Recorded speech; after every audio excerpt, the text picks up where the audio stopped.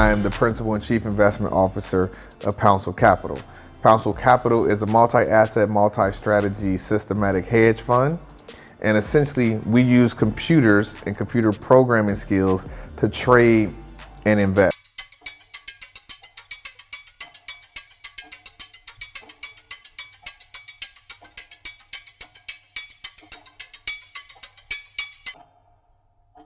Hi, I'm Dion Pouncil.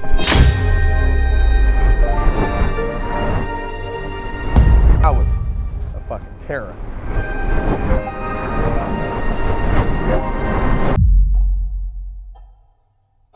I've taught all over the world about business, finance, and entrepreneurship. I've taught in the Philippines. I've taught in Dubai. I've taught in LA, Chicago, Miami, Texas, Mexico. Literally teaching people how to have different type of vehicles to make their money work for them, okay? So I'm a student of life, a husband, a father, a teacher, and a licensed financial service professional. So as you can see at the bottom, I do have my Series 3.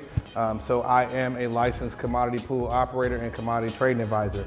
And so 2018, right after Christmas, is when I decided I want to be a hedge fund manager. And so now, in January 2022, I passed my Series 3, and now I'm a licensed Series 3 hedge fund manager.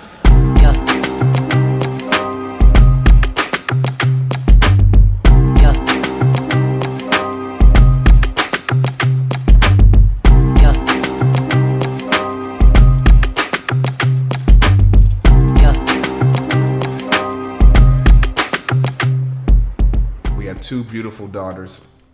Dawson is our eldest, and Demi is our newborn, who's now about 7 to 8 months. So, and they're balls of joy, balls of energy. They're extremely smart, and I just love to be the husband. I love to be the father. Love to see them grow and just develop.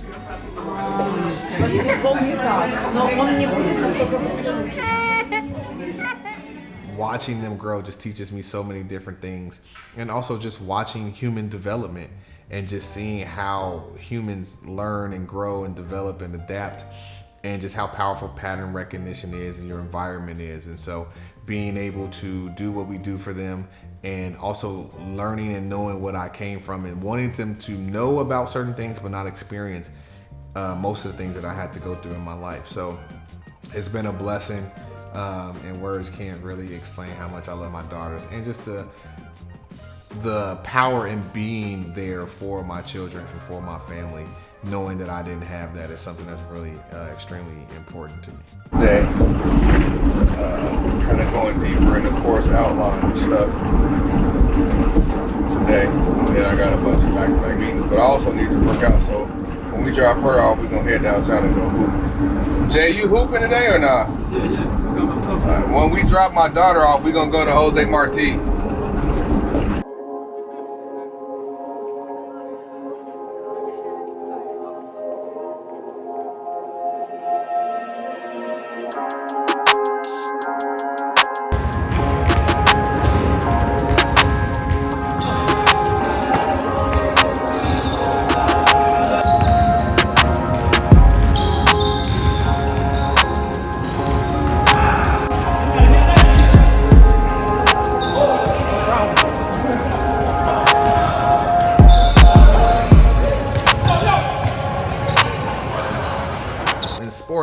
You always are looking for an edge. How can I get a one-up on my competition? How can I get an advantage to put me in a position to win or to reach my goal? When you look at business, or you look at anything in life, to me, everything is physics, right? Whether it is a Newtonian physics, or when you're thinking about quantum physics and things of that nature. So I really wanted to get meticulously detailed around that, because I really believe that if I could understand some of those principles, I could use those tools for life and for business to manipulate those occurrences to accelerate me reaching my goal.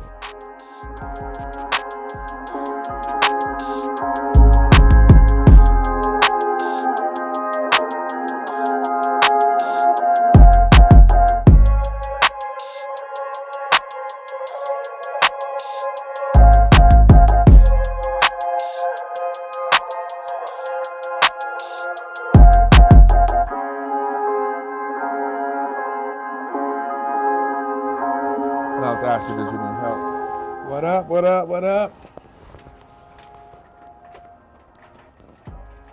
Okay, my cousin Kisha. What up, go ahead. Come on, Dawson. Okay. Come on, Dawson. What up? Hello, my name is Kisha. I am Dion's older cousin. I was happy that Dion was the first little boy in the family, and we treated him like he was just gonna be the best baseball player ever. I left Chicago because I was involved in a lot of street gangs. Just growing up was really rough for us. When I saw Dion taking up baseball as a kid, he was brought up and raised in the inner city. It was unfortunate that he was seeing the crime around him, having to move to different places, but he made his way. We used to have to remove crack pipes and Hennessy bottles from the dugout. And it was all sand. It definitely wasn't turf. Look at this. Wow. I'm proud of them. This shit is legendary. This just show you how much they've been winning. And they splitting it with the football field. It's all sand. Grass was beat up. They got a turf mound. Dugout still jank a little bit. Still shit all over the dugout. But shout out to them. Oh, they're going baseball. I'm grabbing that. Gloves.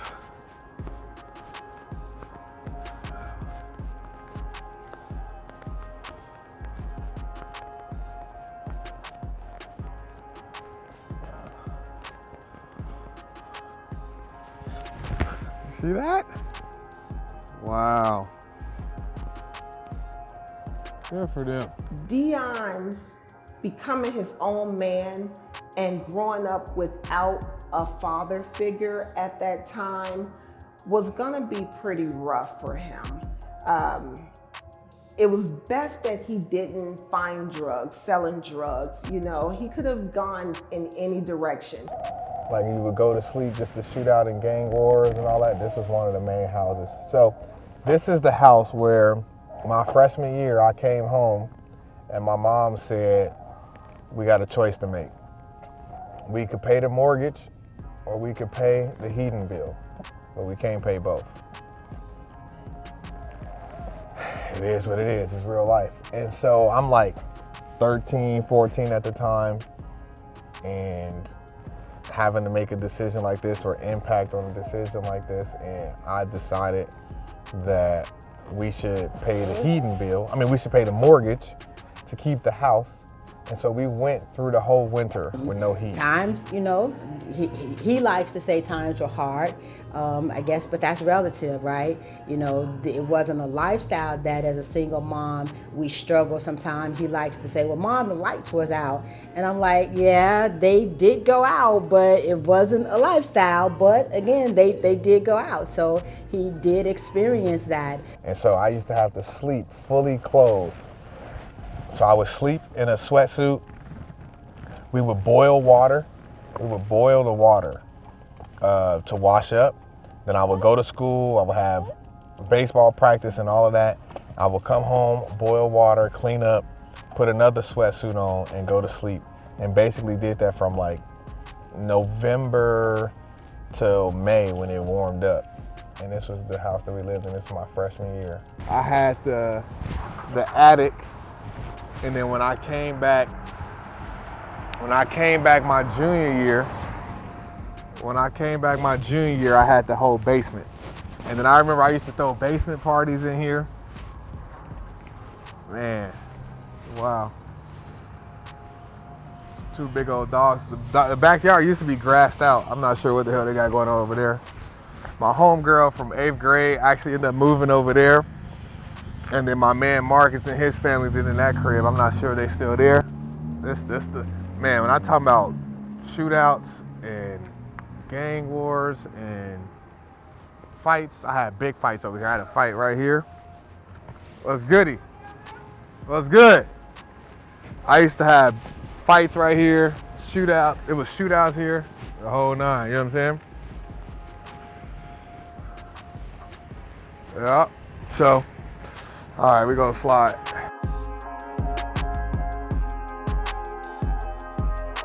Nothing like summertime shot. So that's where Obama gave his thank you or welcome speech when he won the presidency. It's right over there by the Bean. And then that park right there, that's where they do live concerts in the summer. My aunt used to work for the Cook County Sheriff Office. I had a pretty nice gig, and she bought this building, I think like around like 95, 96-ish. I had it till like 06 when I graduated high school. But I lived here 6th, 7th, and 8th grade. So my aunt had the second floor. It was 2-bedroom, 1 bath. My grandmother and my cousin had the first floor. My mom, sister, brother, and myself had the 1-bedroom apartment in the basement. And then I went to this elementary school here, which at the time was called James McCosh. I used to fight a lot. I used to get in trouble a lot. Cursed out my teachers in 5th grade. I slapped my teacher. Like, I was a fucking terror.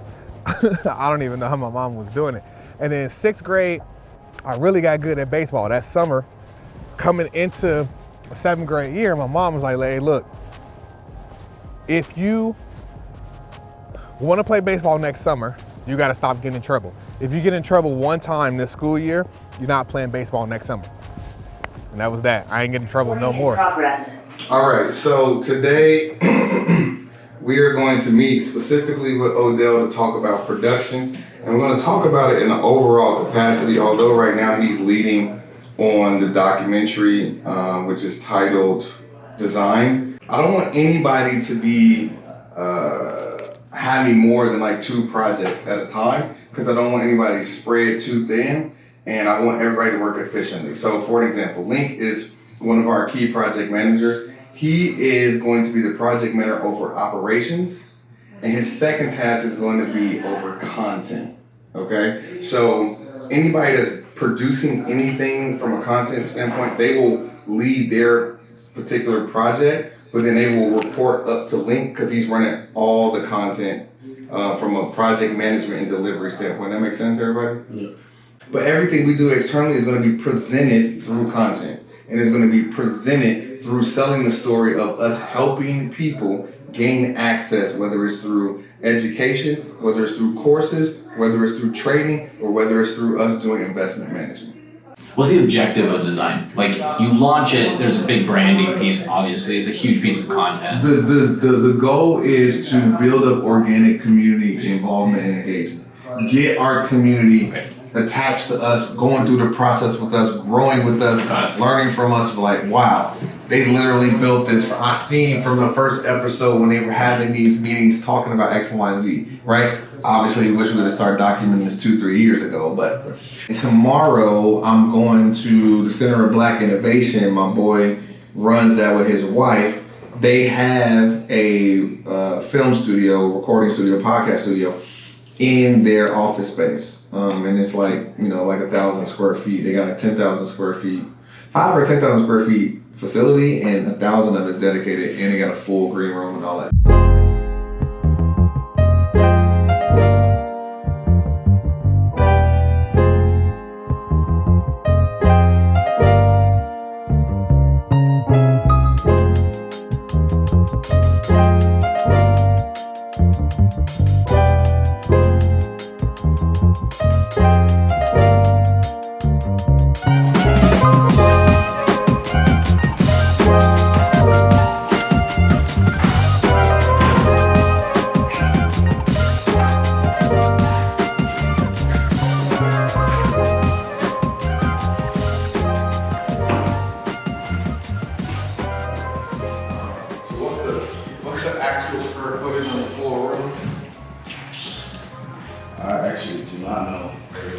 We cut it off from this one over here. So 500 square feet, man. Yeah.